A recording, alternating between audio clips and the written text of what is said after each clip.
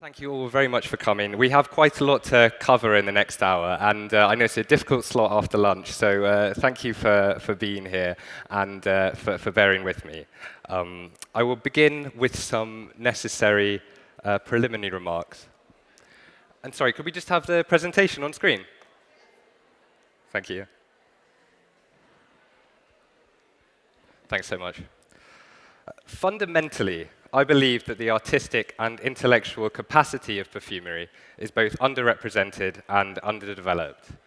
This is my first visit to Esxence, as well as to the city of Milan, and I am extremely grateful to be in front of you today contributing to artistic understandings of perfumery. I view Esxence as the most important event globally in the creative perfumery calendar, and have huge respect for what Silvio Levi and his colleagues have managed to achieve here. So a few more formalities out of the way at the beginning. I just want to say thank you to Silvio for accepting my proposal and thinking I had something interesting to say. Thank you to Grant Osborne from Bass Notes for first publishing my writing and giving me a platform to speak. And thank you to my inimitably supportive mentor at Estée Lauder, Benoit Bertrand Delfaux, for his continued enthusiasm and belief in my extracurricular activities. So just a little bit about who I am. My name is Eddie Bulliqi, and I'm a perfume writer based in London, working on the relationship between perfume and ideology across the fields of linguistics, philosophy, psychoanalysis, sociology, and structuralism. Essentially, I'm interested in olfactory meanings and interdisciplinary understandings of art. I read history of art at the Causal Institute, focusing on feminist theories applied to architecture, literature, painting, and music, as well as truth in art. Currently, I work in the global team at Jo Malone London, so quite different from the background that a lot of you might have had. But I started in niche with Roger Parfum, if you know that brand. I love playing the saxophone and have represented Great Britain in the National Youth Orchestra. Our topic today is distinctly interdisciplinary in nature, so I feel well placed and well equipped to take on the challenge at hand. Today, I come to talk to you about the phenomenon of olfactory time, treating the perception and feeling of time in fine fragrance as a phenomenon. The inspiration for this lecture was multiple. Firstly, I was very motivated by a talk late last year from Satish Padiyar, one of my previous professors at the Courtauld, on the 18th century French painter Jean-Honoré Fragonard and time, the same Grassois artist on whom the Fragonard perfumery is named. Secondly, I was reminded of a story about a very good friend of mine who is a violinist. This is my friend Henry, and during his interview to study music, the first question they asked him was, "What is musical time?" So my friend said that he paused, considered his direction for a moment, and then inquired, "Do you mean in terms of rhythm, meter, tempo, signature markings?" The professor in front of him apparently gave a slow, resigned side tilt of his head, suggesting yes, but think harder, think more. Give me an answer that treats the question with the respect it deserves. On hearing this story, it made me realize that the deceptively simple question, what is musical time, is in fact one of the hardest questions you can possibly ask in music. In fact, I think it is one of the most challenging, intricate, and multifaceted of questions you can ask of any art. So this inspired me to face the question, what is musical time, head on, also in regards to perfumery. And thirdly, it is true that stimulating memories and past emotions is an integral part of the experience of perfume, but I really find this cliche so boring and so overused. So I wanted to approach the subject in a fresh way. This lecture has three... Oh. Okay. This lecture has three main aims: to reveal that there are alternative ways of thinking time other than just clock time, to encourage methods of feeling time in perfumery, and to propose that art, including fine fragrance, can change the way we feel and perceive time.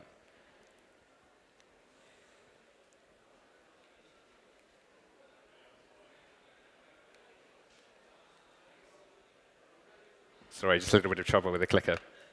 An edition of this script will subsequently be published over 3 issues of Perfumer and Flavorist magazine, starting with their August publication on sensory breakthroughs, and is hopefully part of a larger project on how to place perfume in space-time. It is ultimately only an introduction to the subject, which requires much refinement as discourses on the philosophy of perfumery develop and advance. We're hoping to come in just in under an hour, so may not have time for questions. But if any arise, please do just email me on my email address on screen, or feel free to speak to me afterwards or at tonight's party. I don't know if I'll see anyone there. My final caveat, thanks for bearing with me for the next 60 minutes. I promise you that the conclusion is worth it. So now to further develop my thesis and introduce the structure of today's session. To accompany our three aims, we have three questions which will serve to section the lecture. What is time? What is artistic time? Reviewing film, literature, music, and painting. And the accompanying variations of what is cinematic time, literary time, musical time, painterly time. Before concluding with what is olfactory time. So in order to understand the manner in which perfumery negotiates its unfolding in time, and how time is manifest in perfume, it is necessary to first review the different approaches available in the philosophy and metaphysics of time, and how they've been applied and developed in the arts, and evaluate their suitability to the olfactory medium. It is not the intention of this paper to provide an exhaustive catalogue of time philosophies and their individual applicabilities to scent. Instead, its goal is to find commonalities, productive avenues, and fruitful strategies of art metaphysics that will enable the emergence of a time philosophy specific to perfumery themes. So I considered this is a valid strategy, given that the literature of metaphysics is littered with references to the experience of scent as having a fundamental relationship to existence and space-time, just as much so as the other arts. But overall, the passing mentions are little explored and even less often extrapolated.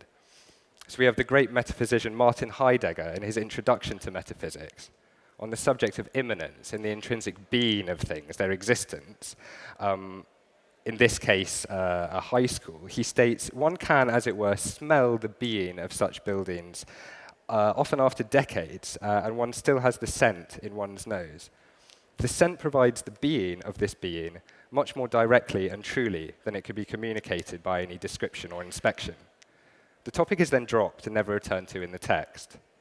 What does Heidegger mean with his lazy second clause, as it were? This is symptomatic of a greater marginalization on scholarship and perfumery that Constance Classen, David Howes, and Anthony Sinnott suggest is because smell is felt to threaten the abstract and impersonal regime of modernity by virtue of its radical interiority, its boundary-transgressing properties, and its emotional potency. If even the great Heidegger didn't feel that perfume had a place in physics, why should we? It can be argued that the answer lies in another of Classen, Howes, and Sinnott's statements, that the intimate, emotionally charged nature of the olfactory experience ensures that such value-coded odors are interiorized by members of society in a deeply personal way. The study of the cultural history of smell is, therefore, in a very real sense, an investigation into the essence of human culture. It can also be commented that whilst Heidegger does not explicitly tackle scent in his text, there are numerous abstract references to properties of scent, such as diffusion and ephemerality, as a cipher, displacement, disclosing an agent of something essential to human being in the world, as his rather vague quote of Greek philosopher Heraclitus saying, if all beings turned into smoke, it would be noses that would distinguish and grasp them, as well as his agreement with Friedrich Nietzsche that the highest concepts, such as being, are the final wisp of evaporating reality. It is mainly around the work of Heidegger, Edmund Husserl, Jean-Paul Sartre, George Hegel, Henri Bergson, and Gilles Deleuze that we will revolve today. Now, can I just say one thing? I was thinking about applicability here. Many in the niche background will aspire to produce artistic products. And I think one of the inspirations of this particular paper was that if you're going to produce an artistic product, I also think you need to produce an intellectual product. And the intellectualizing of fragrance goes hand in hand with artistic perfumery. So really, what I encourage you to take away from this is the idea that you can think through niche products in different ways, in perhaps slightly more advanced intellectual ways that will correspond to your artistic ambitions. So an important predicate of this address is the fact that the common belief in the spatiality of time, time's ability to be represented in space and ascertain certain properties analogous to that of space, is a pretense. By this, it is meant that the truly objective, mechanical, overarching, omnipresent, and immutable properties of time are put into question in favor of a plastic understanding of time, one that is malleable, that can be shortened, lengthened, catalyzed, and distorted. So let me give a commonplace example. It is often said that time flies when you're having fun. I think everyone can relate to this concept. It is also possible for time to appear stretched when we're not having fun. For example, the last minute of a workout on a running machine can be brutal, as if time is a sludge. Compare this to the experience of 30 minutes hanging out with your best friends, and sometimes it can feel as if the experience duration was the same as the last stretch of running, even though the clock times were vastly different. It is almost as if these are two temporal worlds apart. Heidegger also addresses this issue specific to boredom being perceived as a peculiar stretching of time.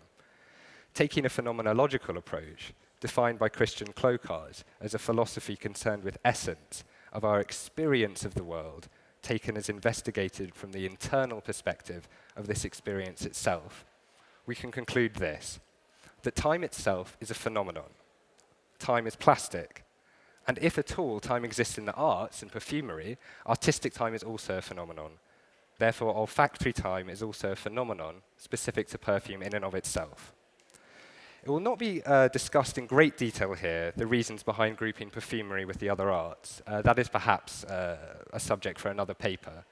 However, I'll briefly diverge with two comments on this. Firstly, I do not consider perfume to be artistic simply because it is artificial, as per Chandler Bird's famous doctrine. This is a facile interpretation of art history and does little to legitimize the subject. Secondly, a story. I was once in the offices of one of the big fragrance manufacturers. I was sitting there and I'd expressed my opinion that perfume could potentially be artistic. It was clear that the woman in front of me, who was an evaluator, disagreed, and she was trying to tease out her own logic from me. So she said, "So can you now deduce from our discussion what one aspect of perfume means that it can never and will never be an art?" I replied, "Are you referring to its mass production and global availability?" "Yes," she exclaimed, "now you understand how we work." Now that really disappointed me, and I felt like telling her to get over herself, really. Why does reproduction negate essential artistic value? Why does it have to be rare, misunderstood, unique, or censored to be art? It is comfortable to be here at Esxence in an environment where I know this premise will be understood. So, what is time?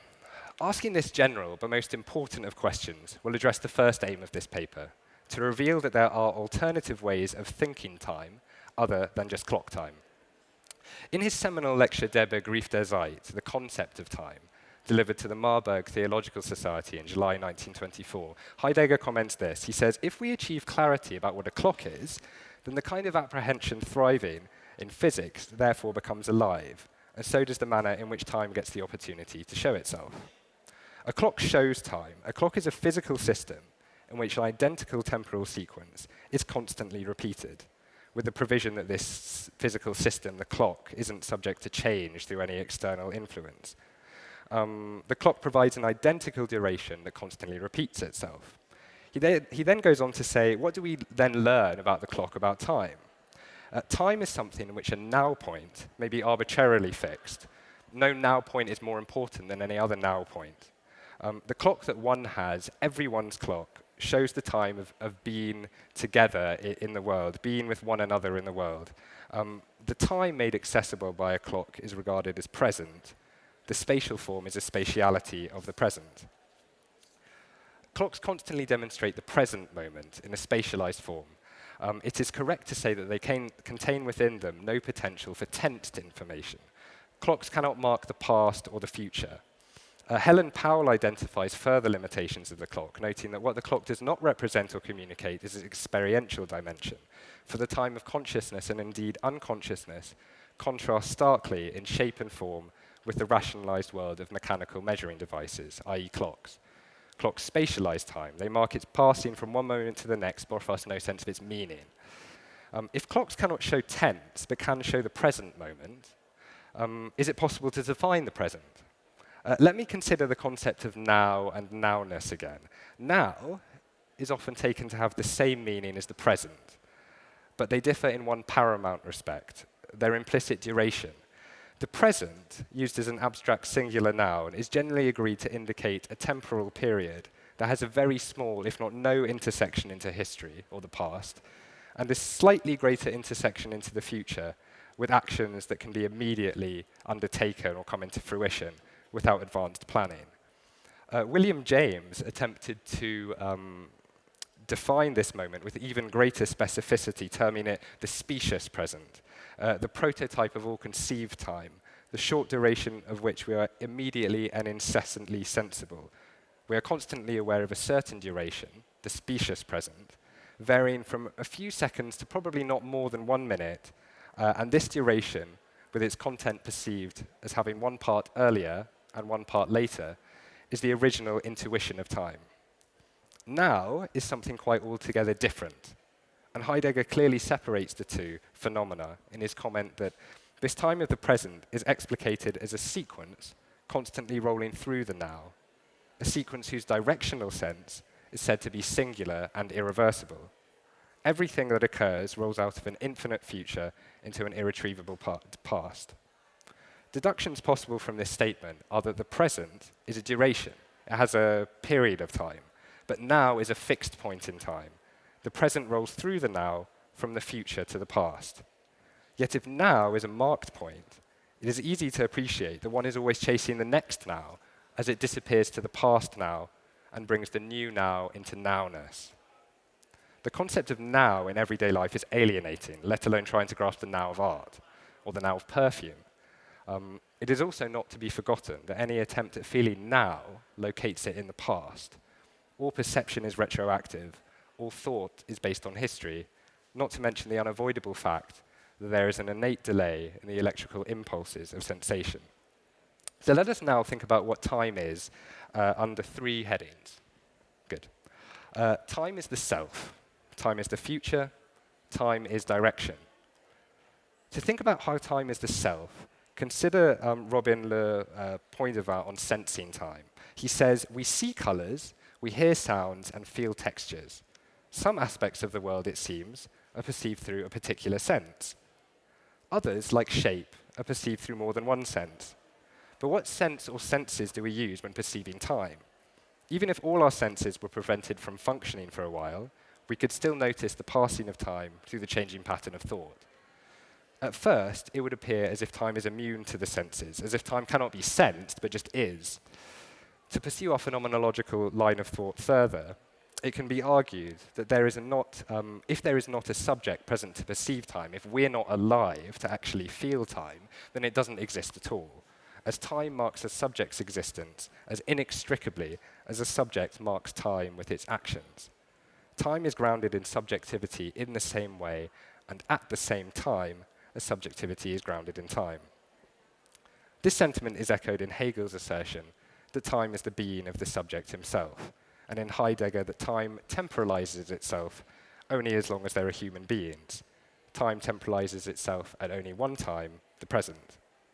For Hegel, consciousness and its means of dividing thought into computable, compartmentalized moments and memories is indicative of how consciousness creates time. It can be theorized that the perception of time, not necessarily time itself, emanates from human being in the world. Heidegger advances on this claim, claiming that Design is time itself, not in time. Here, his famous noun Design designates that this entity in its being, which we know as human life, this entity in the specificity of its being, the entity we each ourselves are, which each of us finds in the fundamental assertion, I am, paraphrased by Gregory Fried and Richard Bolt, as a condition into which human beings enter. So to recap, point 1, time can be thought of as the time of the self. Point 2 is time as the future.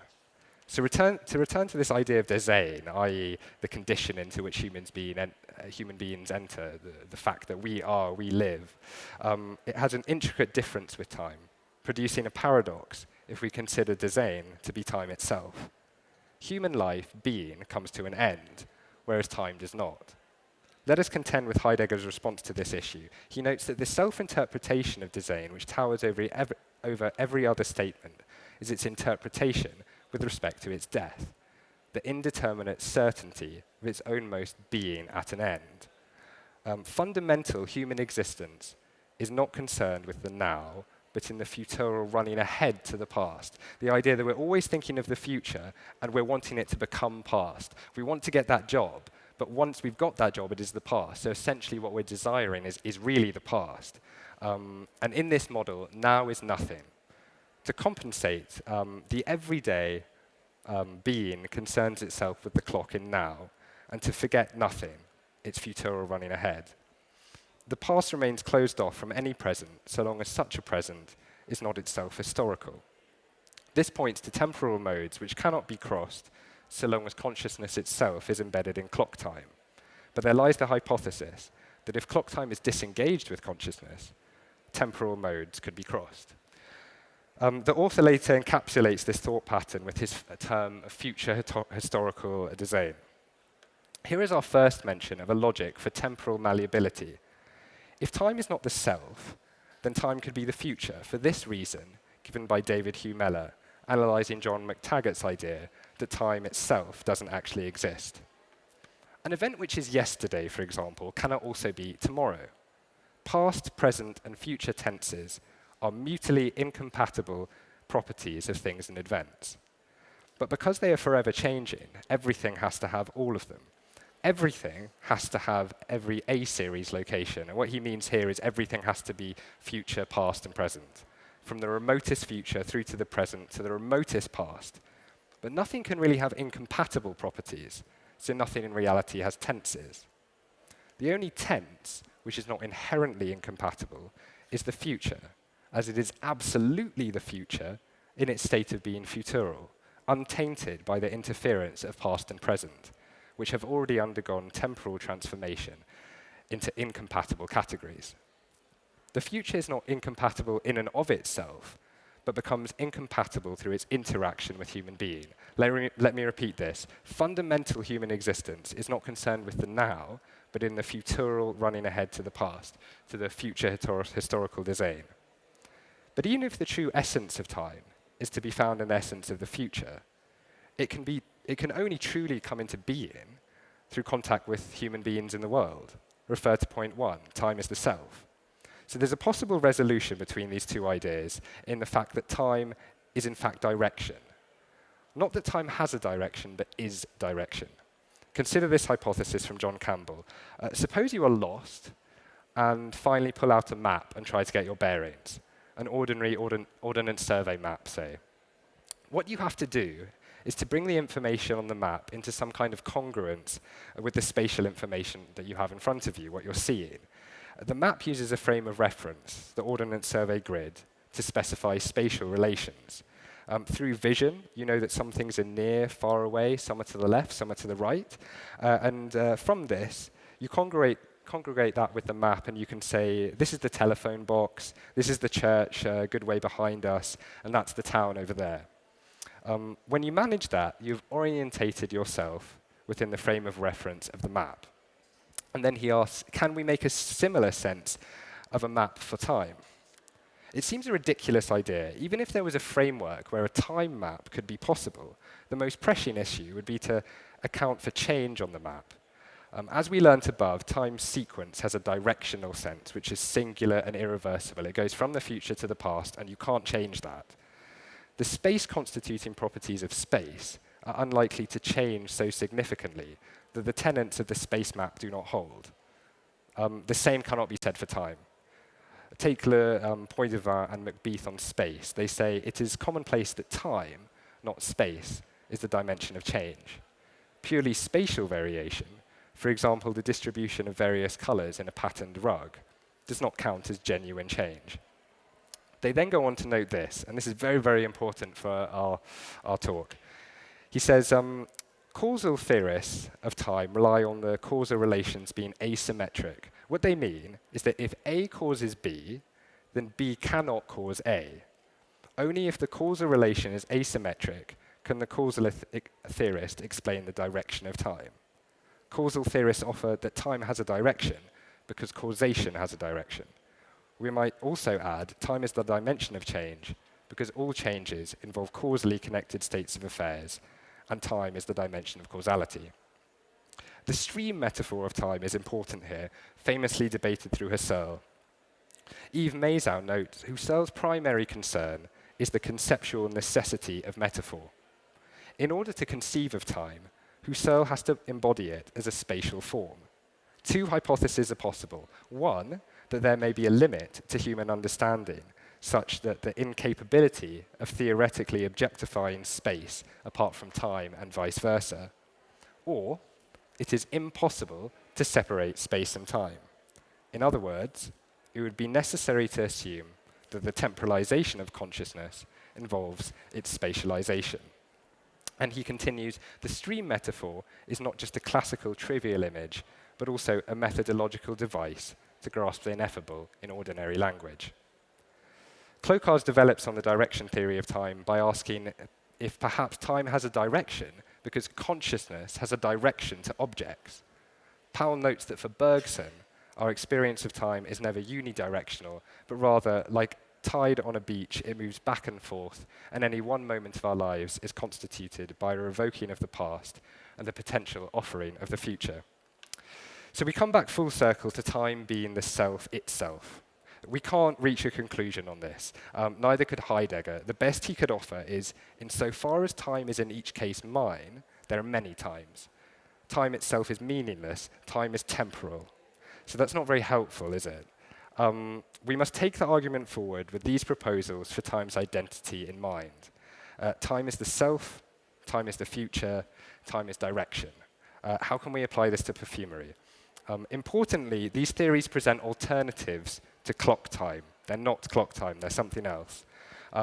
If for nothing else, they're indications that perhaps art and perhaps perfume doesn't function in clock time either, but in one of our aforementioned temporalities. So for the next section, we're asking, what is artistic time? How does what we've discussed help us understand time in the arts? Where is art time to be found? Is each art in its own time? How does an art's medium affect its time system?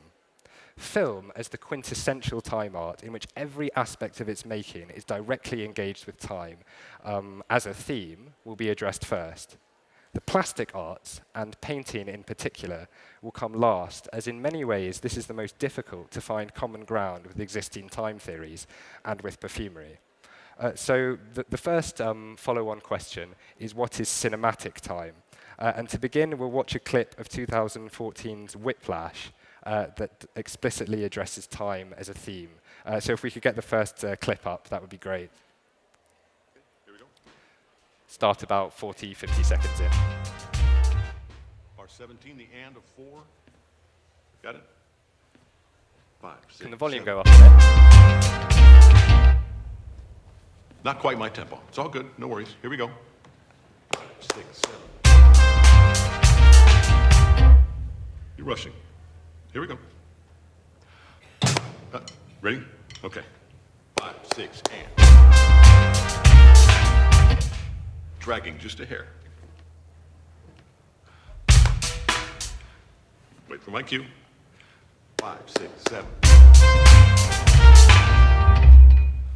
Rushing. 5, 6, and. Dragging. 5, 6, and.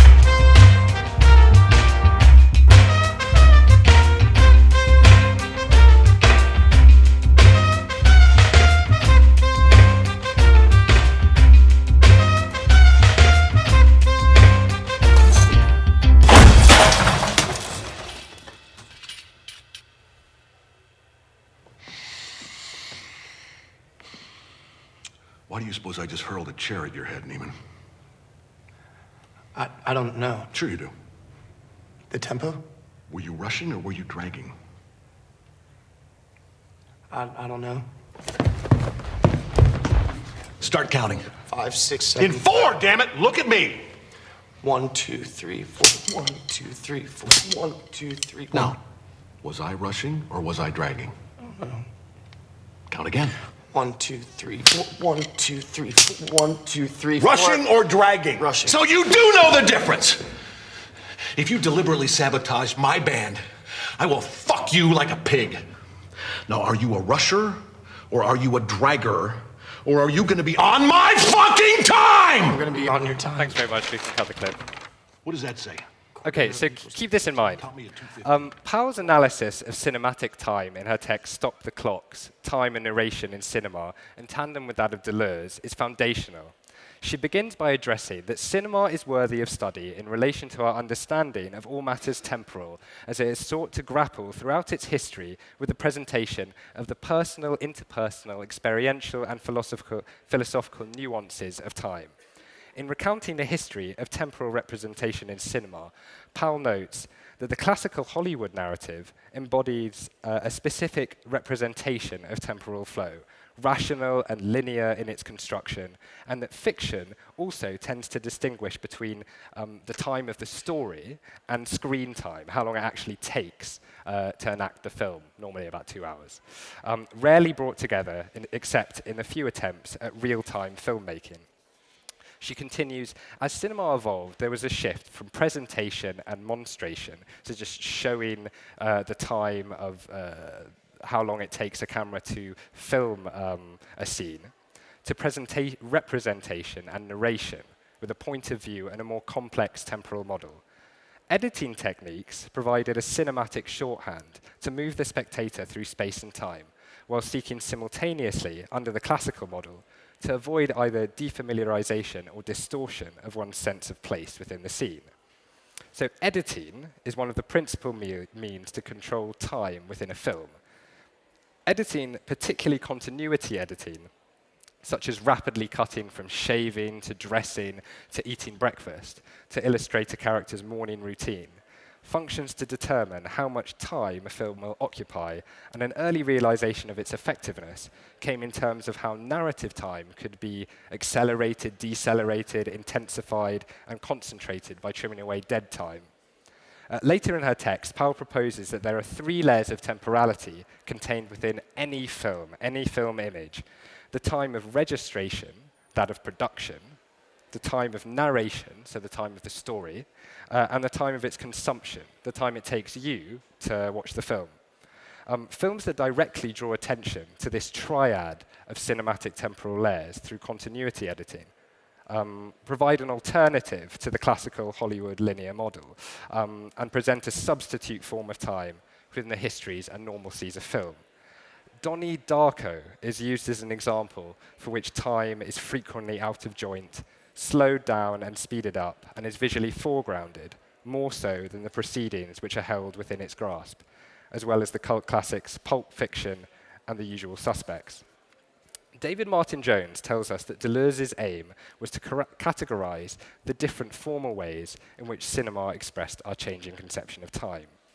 He draws attention to Deleuze's distinction between 2 types of film image that he called the time image, broadly speaking, cinema that experimented with narrative time, and the movement image, broadly speaking, an unbroken linear narrative based on continuity editing. In detail, he explains, often time image films have a formal experimentation with narrative time. The movement image provides an indirect expression of time. To retain narrative coherence, it illustrates this through a character's movement through space. The causal movement of the protagonist is used as a means of indirectly expressing time's passing. No matter how disjointed the spaces are in which they travel, or how elliptical the narrative's movement between them, the physical actions of the protagonist provide the logical link, and the passing of time is rendered subordinate to a character's movement through space. So this is the movement image, which is Hollywood classical cinema, and what Deleuze terms the time image, experimenting with narrative time. Deleuze's cinematic theory works in tandem with his theory of time. For Deleuze, time exists in a virtual state, but what we generally perceive of time is its actualized form. Thus, we will normally only be aware of one actualized path through the many that exist in the virtual labyrinth of time. In the time image, through its self-awareness and self-reference, time becomes actual alongside multiple divergent paths with each fork in the labyrinth of time. Each such movement cannot help but falsify at least one of the paths that preceded it. So if you have a million options and suddenly the present is thrust into one, everything but that one is then falsified. It's a history that never took place. Deleuze states that our actual existence then, whilst it is unrolled in time, duplicates itself along with a virtual existence. Every moment of our life presents the two, and the point at which time splits, Deleuze terms the crystal of time. The more directly and visibly a film addresses time's labyrinth, the closer it gets to the time image. Patricia Pistas offers Fight Club and Pulp Fiction as time images.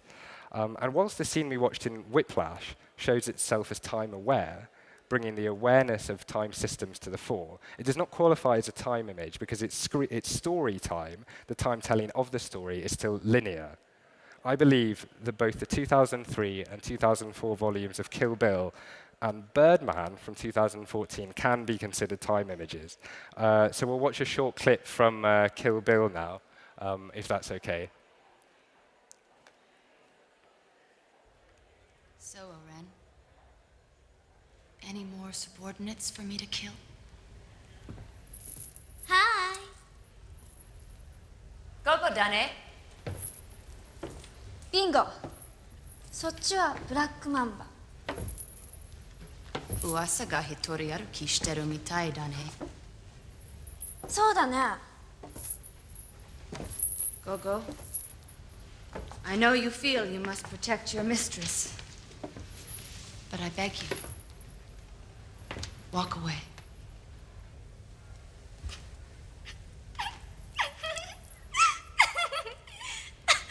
お願い事のつもり？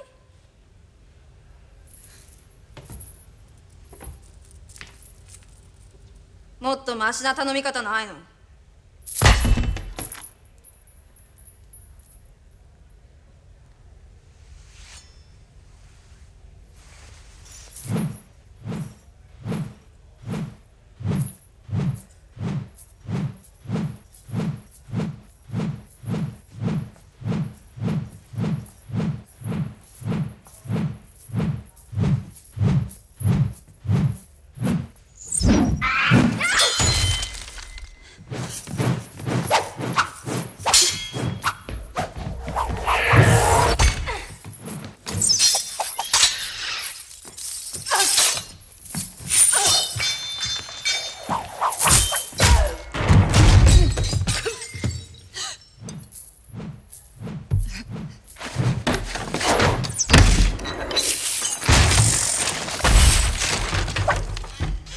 Okay, thank you. That's enough of the clip, I think.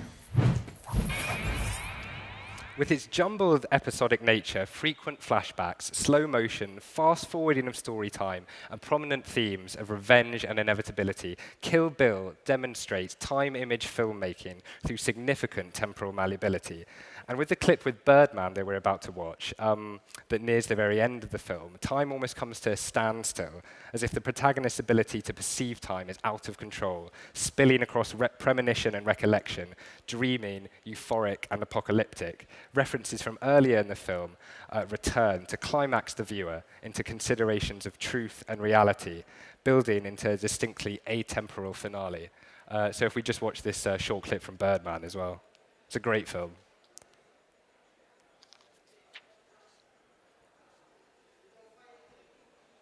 Sorry? Okay, that's a shame. Let's move on then.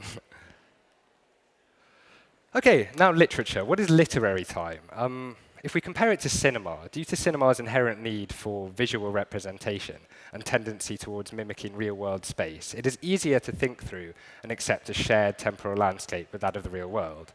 It is more difficult with literature. As Gregory Curry writes, fictional events can only be present with respect to the time of their own world. If worlds are temporally connected, we would expect them to be causally connected also, which they're generally not assumed to be. Literature functions quite autonomously in its own time.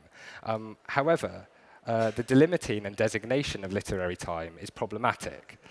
It is difficult to locate fictions in the A series, and what I mean here is tensed information, past, present, and future, but easier in the B series, and that means untensed information, simply noting events that happen earlier, at the same time, or later than one another. Adam Mendelow has noted the concern for time, that the concern for time reveals itself in every art. 19th century novelist Henry James once wrote, "The side of the novelist's effort, the side of most difficulty and thereby most dignity, consists in giving the sense of duration, of the lapse and accumulation of time." This is altogether, to my view, the stiffest problem that the artist in fiction has to tackle. For the novelist, language is his medium, immanently consisting of consecutive units of forward-moving linear expression that is subject, in Mendelow's opinion, to three characteristics of time: transience, sequence, and irreversibility. However, for Bergson, the cuts between words deny language the smoothness of durational flow, and thought is a movement, so there is a disconnect between the workings of time and the workings of novels through the medium of language. This is compounded in Mendelow's analysis that Bergson's theory of durée is a contribution not only to metaphysics, but also to many of the fundamental problems of fiction. According to Bergson and his school, the intellect is an instrument forged by evolution to render action in a world of continual flux possible. The natural bent of our mentality tries to derive movement from a primary stasis that our consciousness thinks that the primary stasis is foundational, whereas movement is original, and fixed states are secondary abstractions derived from it. One of the original problems of literature, therefore, is communicating a sense of movement and duration through a static medium, removed from all visual cues of kinesis to a consciousness that falsely believes that status is equilibrium and movement is exceptional. It is another paradox. So I'll just give a short example here of some fiction that I think blurs these lines by Jean-Paul Sartre. In what is generally taken to be the climax of Sartre's Nausea, his protagonist Antoine Roquentin is sitting in the municipal park contemplating reality. Just before this movement, Roquentin is on a tram, and he considers this. This thing on which I'm sitting, on which I leaned my hand just now, is called a seat. This huge belly turns upwards, bleeding, puffed up, bloated with all its dead pores. This belly floating in this box, in this grey sky, is not a seat. It could just as well be a dead donkey, for example, swollen by the water and drifting along, belly up on a great grey river, a flood river, and I would be sitting on the donkey's belly and my feet would be dangling in the clear water. Things have broken free from their names. And later in the park itself, he thinks it was there, installed on the park, tumbled into the trees, all soft, gumming everything up, all thick, a jelly. And I was inside with the whole of this park? I was frightened, but above all, I was furious. I thought it was so stupid, so out of place. I hated that ennobled jelly. And there was so much of it, so much. It went up as high as the sky. It flowed everywhere. It filled everything with gelatinous subsidence, and I could see it going deeper and deeper, far beyond the limits of the park and the houses and Bouvy. I was no longer at Bouvy or anywhere. I was floating. So it's hard to locate yourself in this narrative, but I argue that in conflating narrative times, an extensive use of surprising extended metaphor, Sartre produces a text which is dense, rich, and interpretive. Grammatical lines are swapped and implemented freely. The reader is encouraged to plasticize the pace at which they read, sometimes faster, sometimes slower, and the pulsed return and disappearance of motifs serves to set the text into kinesis. So now we're on to music. As we have done for film and literature, let us consider the medium-specific boundaries that music imposes on itself to understand Charles Ford's assertion that musical time is how time is for music and its listeners, that music forms phenomenological time, its own time. Marc Delere helpfully clarifies some basic musical terms in his 2009 paper on 20th century music. He says the bare minimum for a rhythm simply constitutes two tones delineated by two separate attack points that may or may not correspond to a beat. A beat is defined by implicit rhythmic groupings of equal, wholly divisible recurring durations. Meter constitutes multiple consistent beats. So just tapping on this lectern, I've produced a beat. But tempo is meter applied to clock time. He goes on to note that curricula in conservatoires of music and university music departments have subjects such as harmony, counterpoint, and ear training, but it is hard to find a course on tempo, meter, and rhythm, which is odd considering that time is arguably the principal vehicle for musical communication.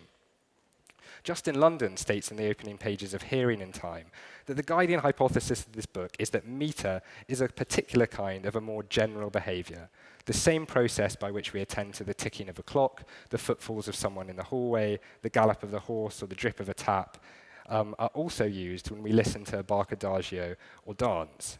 As such, meter is not fundamentally musical in origin. Meter is one of the ways in which our senses are guided in order to form representation of musical reality. Then London produces a refined definition of meter as first and foremost grounded in the perception and production of a pulse or a tactus.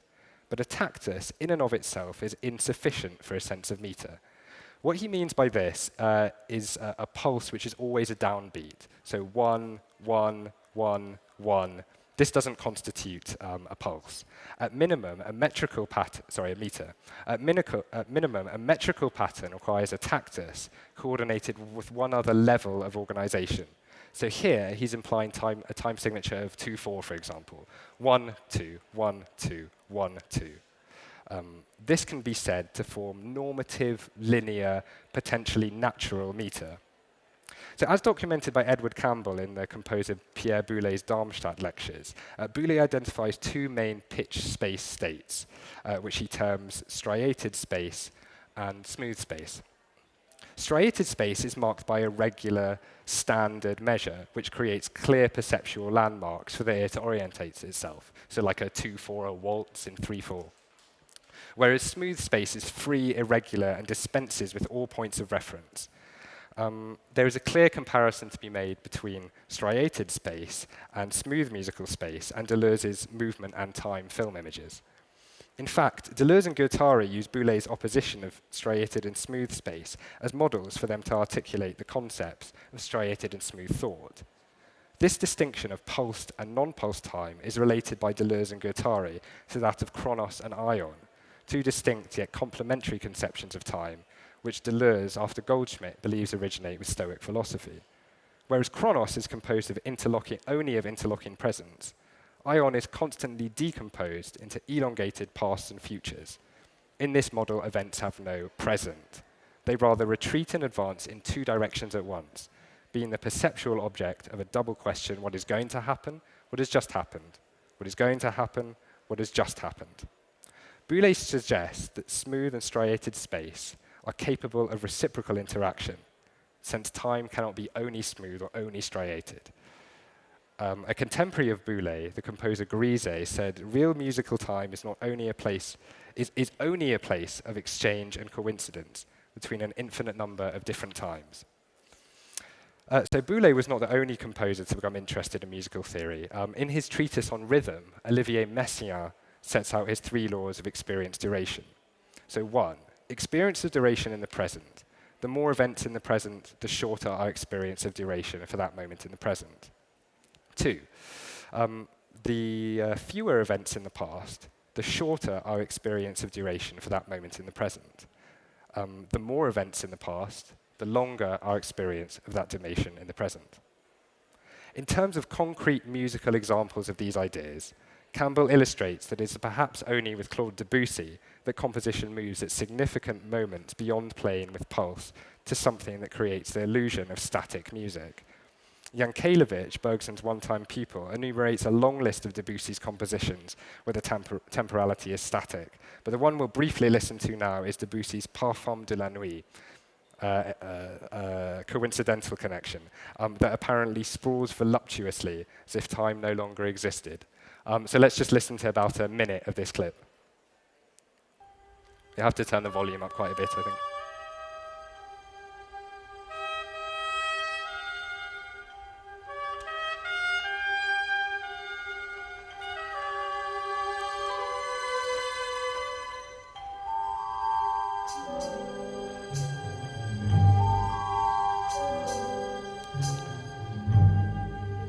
Okay, thank you very much. However, as with striated and smooth thought, as well as Deleuze's crystal of time, the condition of completely unpulsed time, where there's absolutely no tactus, is more an aspiration than something that is achieved definitively in any artwork, just as is the time image in film. So now we come on to painting. Hegel proposed that music, because of its temporal nature, does not stand over and against us like a statue, painting, novel, or poem. The plastic arts are implicated in his statement as spatially and temporally static. Yuri Lotman's appeal that in every art which employs vision and iconic signs, there is only one possible artistic time, the present, is on a different theme but shares the sentiment that the plastic arts, painting included, is somehow limited and reduced by its own static material-specific boundaries. John Bulliqi has analysed temporality in regards to Henri Matisse, and we have one of his paintings on screen. He claims that Matisse did not seek to represent temporal change, that the artist understood that duration inhered in the attentive acts of painter and viewer respectively, in reference to an inescapably static object. Yet at the same time, Bulliqi takes the view that Matisse demonstrates as no one else before the plastic reality of time and the temporality of the event in art, making clear his approval of an art that avoids what it cannot achieve in his view, marking temporal change, in favour of a reflexive approach that highlights the temporality of the making and viewing of a painting in a similar fashion to Powell's cinematic temporal layers. So from this framework, Bulliqi attempts his analysis of Matisse's interior with aubergines, which is on screen. He says, the painting presents itself as an explosive and discontinuous multiplication of stacked or nested planes that are quasi-rectangular, but often slanted and covered in swirling or lightly suspended motifs.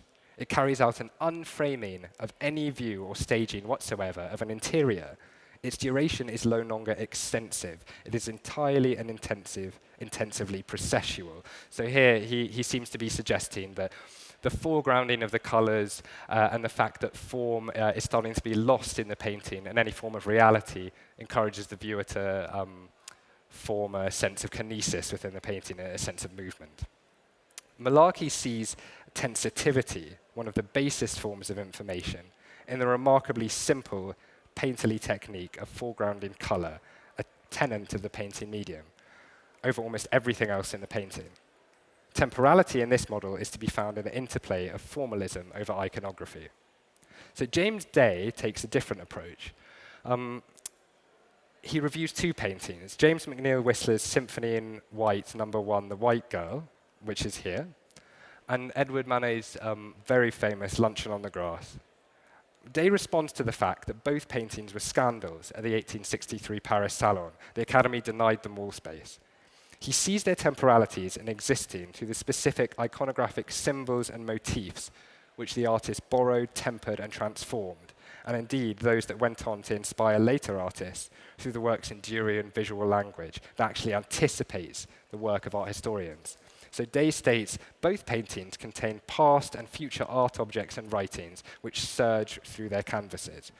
For example, in Luncheon in the Grass, there's Giorgione / Titian's Pastoral Concert, Marcantonio Raimondi's After Raphael's Judgment of Paris, Antoine Watteau's Tranquil Love, and Pablo Picasso's Les Demoiselles d'Avignon. And in The White Girl, Jean-Baptiste Udry's White Duck, Watteau's Piero, and Bartolomé Esteban Murillo's Immaculate Conception of the Escorial. His conclusion is based on the novel notion that the time of each of these paintings, in fact any work of art, is transformed by historical reference and future uses, as if the act of remembering past works and future remembrance elasticizes its temporal shape, extending it through an art historical canon. The noteworthy notion that the artists themselves affect their work's inherent sense of artistic time transitions nicely into Catherine Malabou's understanding of the French idiom voir venir and its necessary application to art. Writing in the preface to Malabou's 1998 text on Hegel, Jacques Derrida champions his students' application of the term plasticity in reference to Hegelian philosophy, and the lectural shorthand voir venir, to see what is coming, and devenir essentiel de l'accident, devenir accidentel de l'essence, becoming essential of accident, becoming accidental of essence. Malabou defines plasticity as, first of all, the excess of the future over the future. Plasticity's native land is the field of art. That which is plastic is capable of receiving and of giving form. The plastic arts are those whose central aim is the articulation and development of forms. So painting is a plastic art. Derrida and Malibu view voir venir as the ultimate plastic phrase, as it perfectly represents Derrida's temporal labyrinth and alienates the one true present by falsifying all lost potential histories. So, plasticity in art and theory is important because time is plastic. Time corresponds to Malibu's refined definition of plastic as things that preserve their shape once given a configuration, and they are unable to recover their initial form. If plasticity is a property of time, then that which is plastic keeps closer to a truer character of time than that which is not plastic. So, to the question of what is artistic time, we can say artistic time is plastic time, time is plastic. So we only have about 5 to 7 minutes left, but this is my conclusion. What is olfactory time? To the climax of this paper, to attempt to answer the question, what is olfactory time? To recap, we surveyed the multiple metaphysical approaches for defining what time is before exploring applications of theoretical time in art making. Where might we look now to make sense of time in perfume? So what we can say that time and art do matter. It matters because time is the essential primordial recourse from which consciousness emanates. Turning away from time is to turn away from consciousness. So given these strategic clues, in order to arrive at a more precise definition of how time is for perfume, we must consider how perfume time is constituted in real olfactory experiences.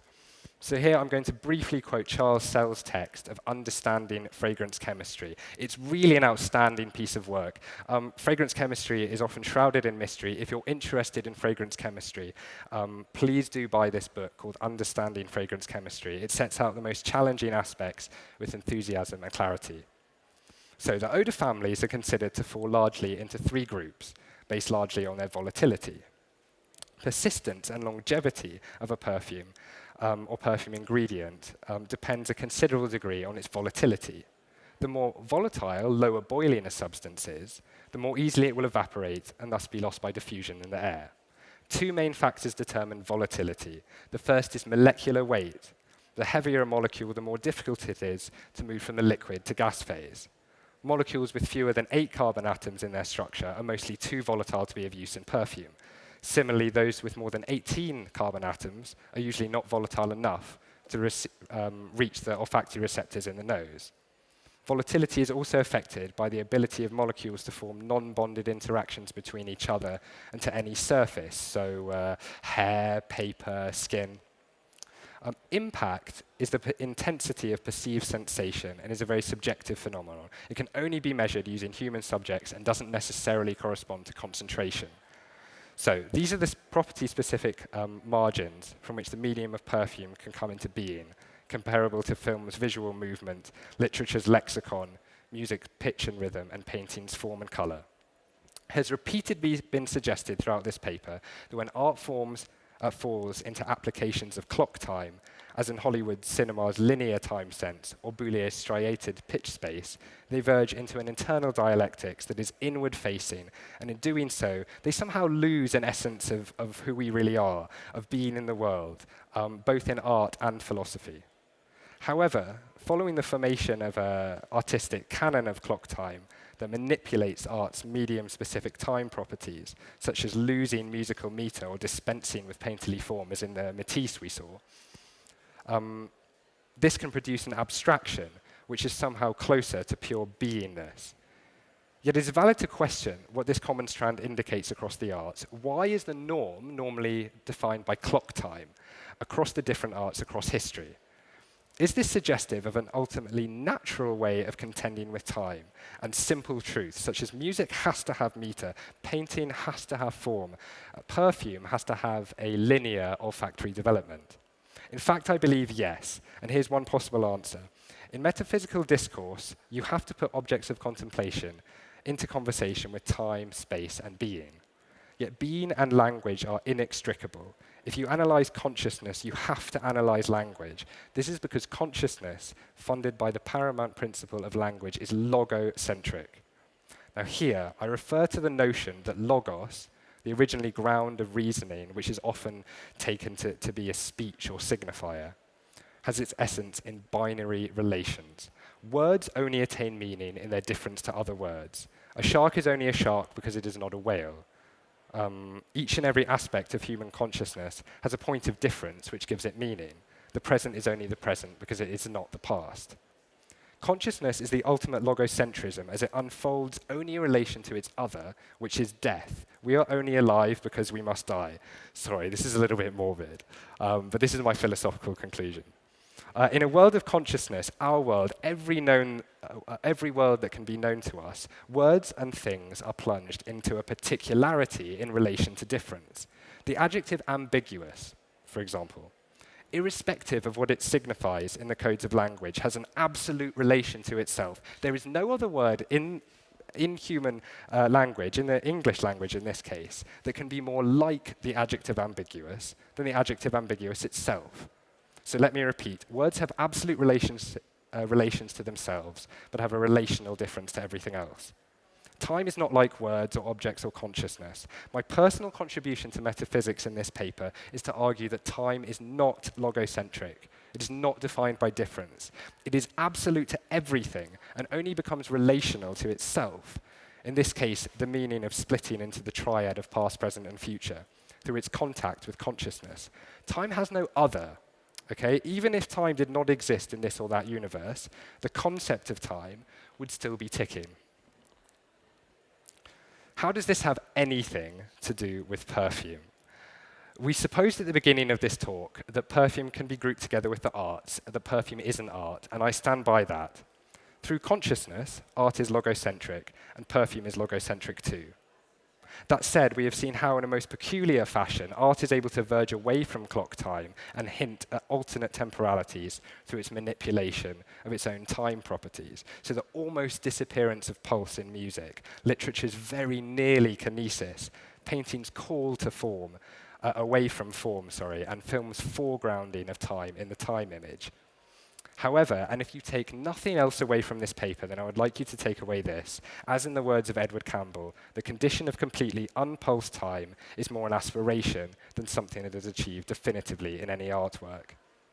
Art can never break time. Art must always be in time. However, it can be proposed that when an art hints at alternate temporal layers through plasticizing its capacity to represent time, then art initiates a rupture in time. So for my final paragraph, I'm just going to hand out some blotters with the fragrance Fils de Dieu on it.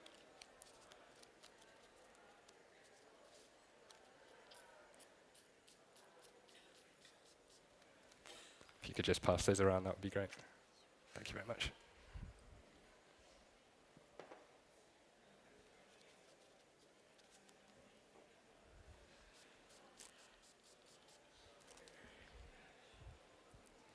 Thanks if anyone has any needs any more. So, Fils de Dieu du Riez des Agrumes is the example I will be giving today of a perfume that ruptures artistic time. It was created by man perfumer Ralph Schweiger in 2012 in collaboration with Etienne Dessoir and his team at Atelier d'Orange. The perfume's triangle is on screen. So I conducted an interview with Ralph actually about 3 weeks ago, and he said that he's very proud of this composition. He thinks it's one of his artistically most accomplished. It was inspired by 2 films, Reflections in a Golden Eye and The Masseur, and as such, it can be said to contain the temporalities of the films it was inspired by. Its structure is very unique. It combines a bracingly fresh tart top with a cocooning, grainy floral heart on a soft but animalic base. Perhaps the most remarkable feature of this fragrance is its melodramatic development through time. The contrast of the exuberant fresh opening to the dark, sensual dry down would have one think they are genuinely experiencing an entirely different scent. Fils de Dieu foregrounds its relationship to time, and in doing so can become a Deleuzian time image, which thinks in smooth as opposed to striated olfactory space, and draws attention to the virtual crystal of time as its metamorphosis takes place. It could have been a cologne, but it changes character. It could have been a floral, but changes again.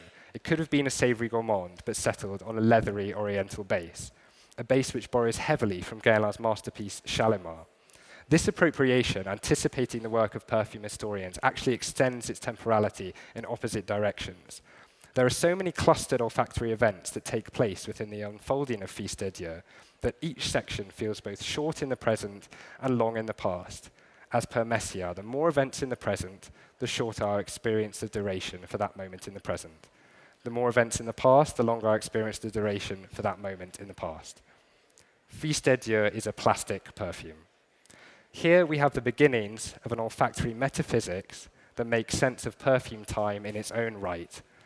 I leave you with Fils de Dieu and encourage you to track its development throughout the day, its changes, how it plays with temporality, and try to feel the temporal execution of the perfume and how that relates to your own experience of time. Thank you very much.